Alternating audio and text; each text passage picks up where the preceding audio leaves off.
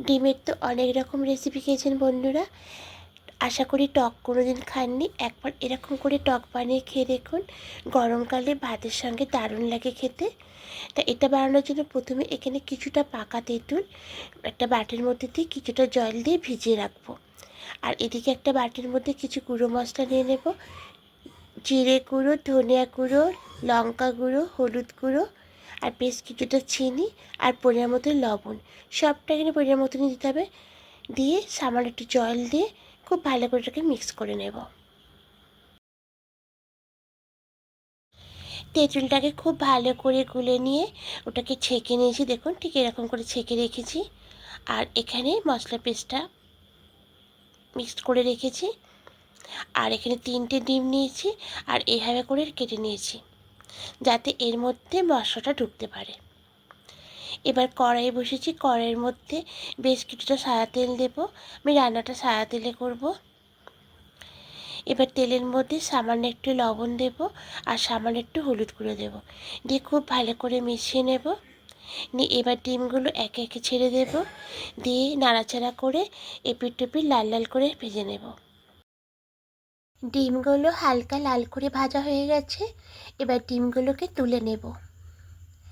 এই তেলের মধ্যে ফোড়ন দেব কালো জিরা, আর সামান্য একটু হিং দেব, দিয়ে একটু নাড়াচাড়া করে নেব। সুন্দর একটা যখন গন্ধ বেরোবে তখন এখানে বেশ কিছুটা পেঁয়াজ কুচি, আর পেঁয়াজটাকে এবার ঝিরি ঝিরি করে কেটেছি, দিয়ে একটু নাড়াচাড়া করে নিয়ে এখানে আর দেবো টমেটো কুচি, দিয়ে একটু নাড়াচাড়া করে পেঁয়াজ আর টমেটোকে একটু ভেজে নেব। পেঁয়াজ আর টমেটো লাল করে ভাজা হয়ে গেছে। এবার এখানে যে গুঁড়ো মশলা পেস্টটা করেছিলাম ওই গুঁড়ো মশলার পেস্টটা দিয়ে দেব, দিয়ে 2-3 মিনিট খুব ভালো করে একটু কষিয়ে নেব। মশলাটা খুব ভালো করে কষিয়ে নিয়েছি। এবার এখানে যে তেঁতুলের গোলাটা রেখেছিলাম এর মধ্যে দিয়ে দেব, দিয়ে বাটি ধোয়া জল দেব, দিয়ে একটু নাড়াচাড়া করে নেব। এবার এখানে ভেজে রাখা ডিমগুলো দিয়ে দেব।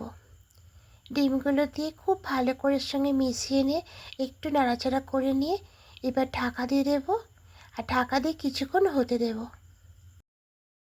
এবার ঢাকাটা খুলে নেব, একটু নাড়াচাড়া করে নেব। রান্নাটা একদম রেডি হয়ে গেছে। এবার এটা অফ করে দেব, দিয়ে অন্য একটা পাত্রের মধ্যে নামিয়ে নেব।